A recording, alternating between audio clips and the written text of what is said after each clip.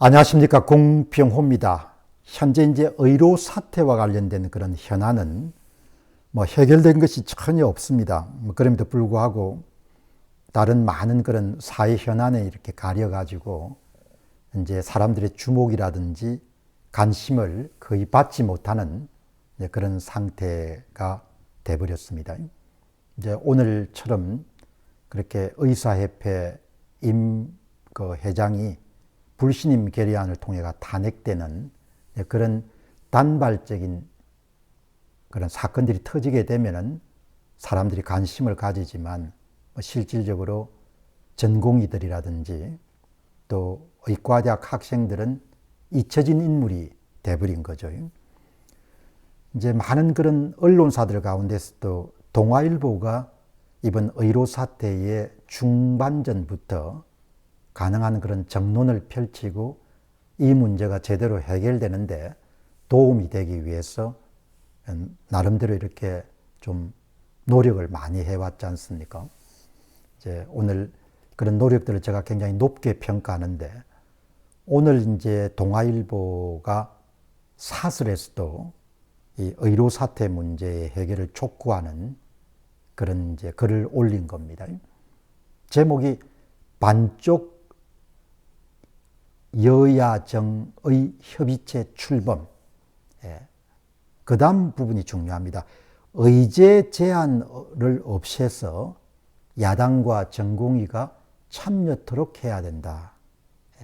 그 동아일보의 사설이 2025년도 정원은 불변이라는 그런 의제, 제약 조건을 좀 설레해 가지고 일단 야당이나 전공의들이 이 협의체에 들어와서 해법을 함께 찾아낼 수 있도록 노력해야 된다. 그런 동아 사설이 실렸네요. 이렇게 동아 사설에서 의제 제한을 없애라 이런 이야기가 나오는 것은 상당히 파격적이고, 또 이 의료 사태 문제에 대해서 정부를 옹호하시는 분들은 상당히 언짢은 그런 주장을 담고 있는 것이죠. 현재 이제 야당이 들어오지 않고 전공의들이 참여를 거부했기 때문에 현재 참여한 그런 구성원들은 의료계에서는 대한의학회, 또 의과대학 협의회, 그리고 이제 정부 측에서는 한덕수 총리, 또 이주호 교육부 장관, 성태윤 정책실장, 이렇게 여러분들 참여를 해가지고 의료계 두 개 단체, 대한의학회라든지 의대협의회가 사실 이번 의료 사태의 가장 최대 피해자에 해당하는 의대생들이나 전공의들을 대표하는 그런 대표성은 없는 거죠. 그럼에도 불구하고 정부가 이 의정 협의회를 이렇게 출범시키는데, 그래도 이제 의사들이 조금은 들어와야 되니까 구색이 맞추지 않습니까?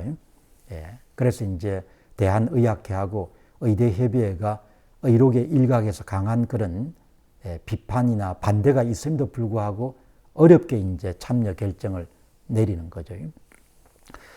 동아일보의 사설을 어느 분이 쓰셨는지 모르겠지만, 동아일보가 사설이란 것은 기명 칼럼이 아니니까 동아일보의 기본 입장이라고 이렇게 이해를 할 수 있는 거죠. 이번 칼럼을 통해서 이제 확인할 수 있는 것은 동아일보는 2025년도 의과대학 정원이 이미 확정돼서 수시 모집이 다 진행된 상태이기 때문에 더 이상 그 문제에 대해서 거론하는 것은 옳지 않다. 이런 일반적인 그런 언론 기관들하고 다른 논지를 펼치는 거죠. 그러니까 이번 사설의 핵심적인 내용은 동아일보는 두 가지입니다. 현재 상황에서 문제 해법을 찾기 위해서는 현재 정부가 추진하고 있는 여야의정 협의회에서는 달리 다른 대안이 없는 것 같다. 이 방법 외에는 달리 지금 돌파구를 찾을 수 있는 다른 대안이 딱히 없는 것 같다. 이게 이제 동아일보의 기본적인 입장인 것 같습니다. 그래서 여야의정협의회에 반드시 야당과 전공의 단체를 포함을 해야 된다. 그걸 포함하기 위해서 의제 문제를 제약을 없애고 유연성 있게 접근해야 된다. 이게 이제 핵심인 것 같아요.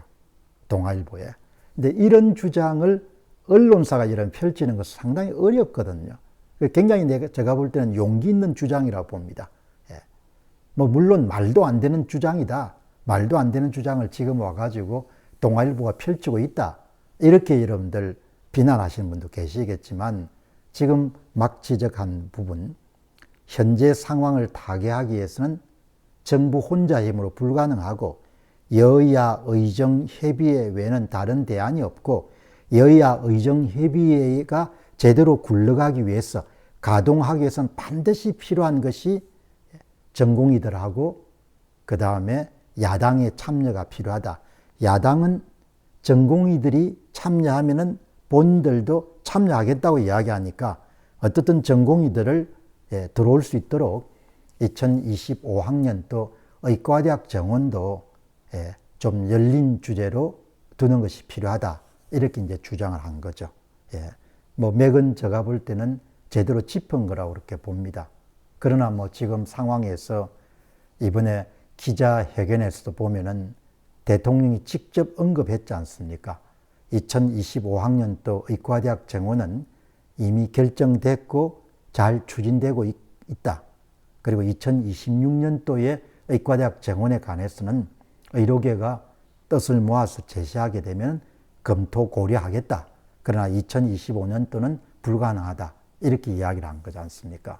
그러니까 대통령이 이미 며칠 전에 밝힌 기자회견과 다른 의견을 동아일보가 사설을 통해서 개진한 거거든요.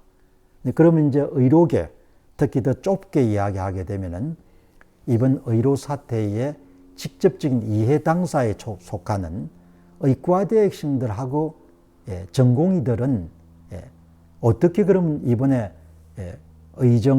여야 의정 협의체를 받아들이겠느냐. 뭐 그분들이 받아들이는 입장은 제가 직접 만나서 당신들 어떻게 받아들여? 이렇게 물어보지 않았지만 뭐 얼마든지 그냥 짐작할 수가 있지 않습니까?